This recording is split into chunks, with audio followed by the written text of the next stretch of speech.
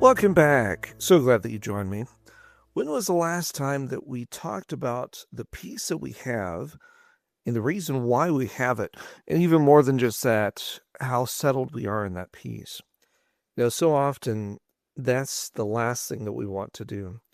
We don't really want to admit that we are in need of a peace that, in our estimation, doesn't exist, but at the same time, in God's estimation, is something that has always been and always will be. And even more than that, it's something that it seems like every single generation not only loses, but they come back into the fact of what that peace is and the reason why we have it and the reason why we need to have it.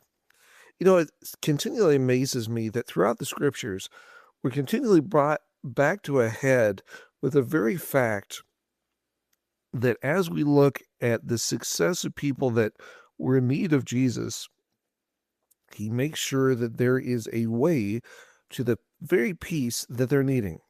Not only that they needed, that we needed as well. As we look even at the children of Israel, we see a roadmap that helps us to understand this need of peace and this need of fulfillment that we find in Jesus. Now, one of the ways that this was explained to me a long time ago was the very fact that when it came to ancient Israel, they needed a different way of being able to process through things because they didn't have the connection that was needed.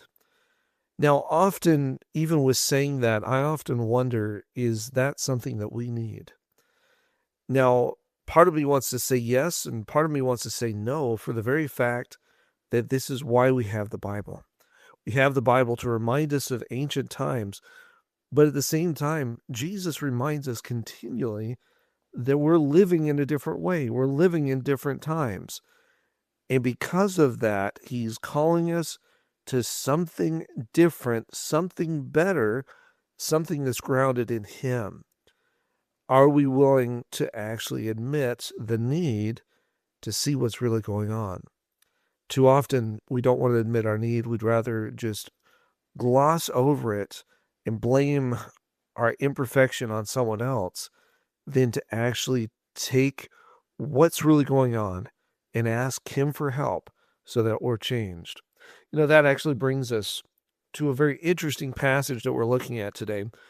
This week's devotional verse comes to us from the book of Leviticus, looking at chapter 16 and verse 29. It says this: "This shall be a permanent statute for you.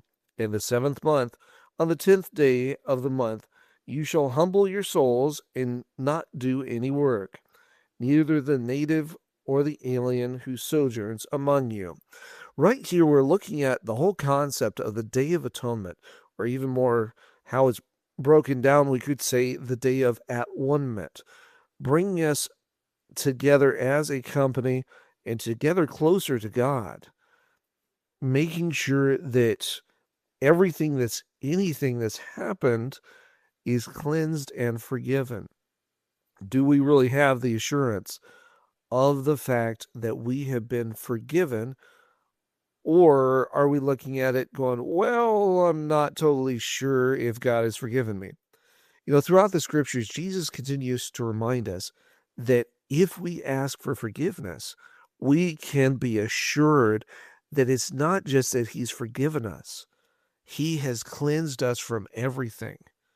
And as one of my favorite songwriters likes to put it, when this is happening, don't do your deep sea diving. Focus on Jesus and him alone.